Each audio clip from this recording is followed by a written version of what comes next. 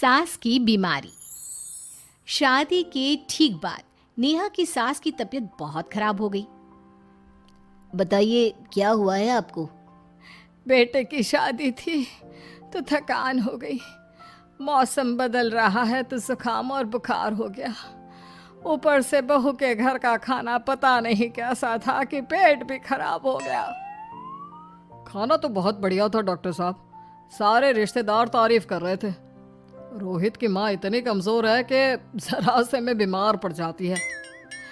Doctor साहब आप सारी जांच करके देखिए, मुझे ऐसी क्या बीमारी है कि मेरी तबीयत ठीक ही नहीं रहती। फिलहाल तो ज़्यादा कुछ नहीं है, पहले आपके जुकाम बुखार और पेट का इलाज कर लेते हैं, फिर बाकी के टेस्ट करवा लेंगे। अभी आप ये दवाइयाँ ले आइए। पिताजी मैं डॉक्टर साहब को छोड़कर और दवाइयाँ लेकर आता हूँ। माँ जी तो बीमार थी, इसलिए नेहा ने किचन संभाल लिया। माँ जी अब आपकी तबीयत कैसी है? पहले से ठीक है। आप बैठिए, मैं खाना लगाती हूँ। तेरे बाबूजी और रोहित ने खाना खा लिया? रोहित तो टिफिन लेकर ऑफिस गए हैं माँ, और बाबूजी ने खाना खा लिया है। आप शुरू कीजिए। यह क्या, खाने में इतना तेल इतने मसाले? अरे अभी अभी तो तबीयत ठीक हुई है मेरी, तुम क्या मुझे वापस बीमार करना चाहती हो? नहीं माँ जी, ऐसा नहीं है। क्या हुआ? देखो ये बहू ने कैसा खाना बनाया है। खाना तो बहुत ही स्वादिष्ट था। अरे मैं ये खाना खाऊंगी तो बीमार हो जाऊंगी ना। ओह हाँ, बहू को अभी पता नहीं ना तुम्हारे बारे में, रोहित समझा देगा उसे। देख बहू, अच्छे से समझ लेना कि इस घर में कैसा खाना बनता है। हाँ माँ जी, मैं समझ लूँगी, लेकिन अभी आप कुछ तो खा लो। ये खाना खा लूंगी तो कल का खाना खाने के लिए बचूंगी भी नहीं। सास की बातें सुनकर नेहा उदास हो गई। उसने रोहित के घर आते ही उससे माँ जी के खाने के बारे में पूछा। आज माँ जी ने मुझे खाने के लिए बहुत बुरा भला कहा। माँ को मसालेदार और तेल घी वाला खाना सूट नहीं करता, वो बीमार पड़ जाती हैं। ऐसी क्या बीमारी है माँ जी को? पता नहीं, आज तक कई डॉक्टरों को दिखाया, कितने टेस्ट करवाए, लेकिन कोई बीमारी पकड़ में ही नहीं आई। नेहा को कुछ समझ में तो नहीं आया, लेकिन उसने अपनी सास के हिसाब का खाना बनाना सीख लिया। माँ जी आज तो खाना ठीक है ना? खाना तो ठीक है, लेकिन ये मुआ रेडियो क्यों चल रहा है इतनी तेज आवाज में? वो माँ जी मैं अकेले काम करते करते बोर हो रही थी ना, तो टाइम पास करने के लिए चला दिया। तेरे इस टाइम पास के चक्कर में मेरा सर दर्द से फटने लगा है। तेज आवाज से मुझे माइग्रेन हो जाता है। सॉरी माँ जी, मुझे पता नहीं था। तुम्हें जब तक सब पता चलेगा तब तक मैं तो भगवान के पास ही पहुंच जाऊंगी। नहीं नहीं, ऐसा मत कहिए ना माँ जी। अब मैं कहीं भूख से ही ना मर जाऊं। खाना मेरे कमरे में रख दो। बेचारी नेहा, उस दिन उसे बहुत दुख हुआ। नेहा तुम रो क्यों रही हो? आज माँ जी ने मुझे बहुत बुरा भला कहा, मैं तो सिर्फ रेडियो सुन रही थी। ओहो, तुम माँ की बातों का बुरा मत मानो, उन्हें तेज आवाज से सर दर्द होने लगता है, दर्द की वजह से बोल दिया होगा कुछ। लेकिन मुझे तो ये सब पता ही नहीं था ना।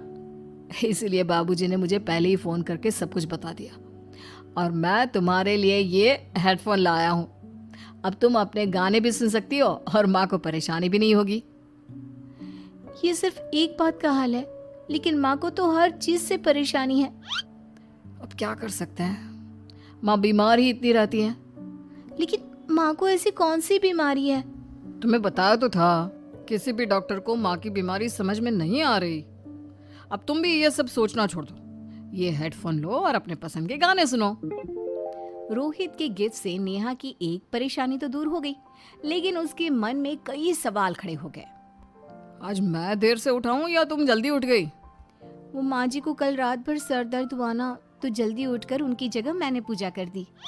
अरे वाह, अच्छा अच्छा, हे भगवान ये किसकी करामत है? ये तो माँ जी की आवाज है। चलो चल के देखते हैं। क्या हुआ माँ? अच्छा, यह घर में गुलाब कौन लाया? मुझे नहीं पता, मैं तो अभी उठा हूँ। माँ जी आप कल रात भर सो नहीं पाई, तो मैंने जल्दी उठकर पूजा पाठ किया। घर में फूल नहीं थे ना, तो मैं बाजार से गुलाब के फूल ले आई। नेहा, माँ को गुलाब के फूल की एलर्जी है। अब मुझे ये कैसे पता होगा?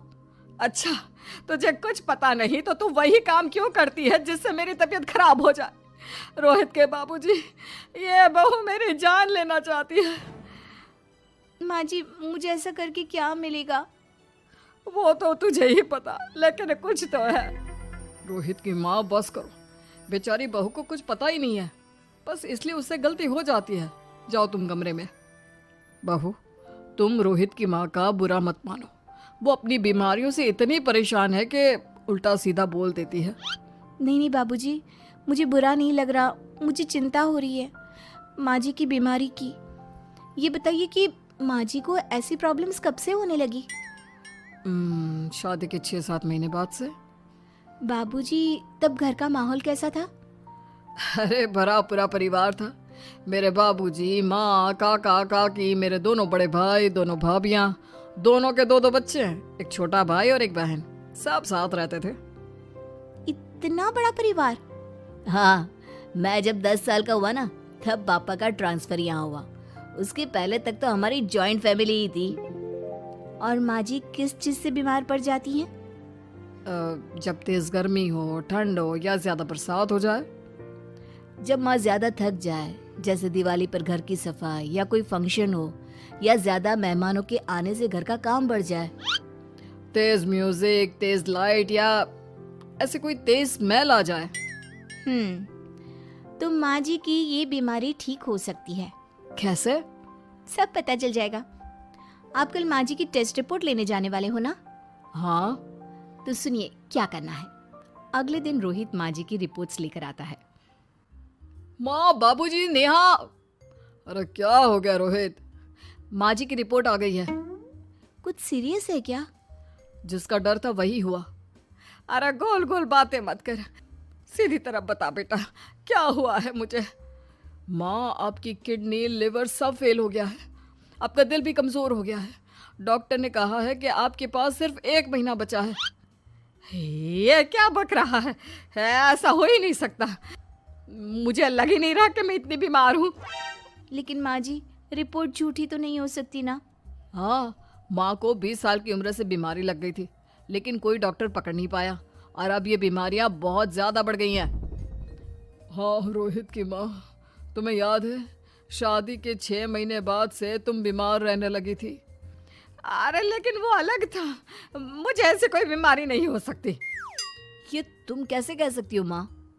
हाँ, तुम उस वक्त बीमार पड़ी थी ना, और अब डॉक्टर भी यही कह रहे हैं, तो सच ही तो होगा।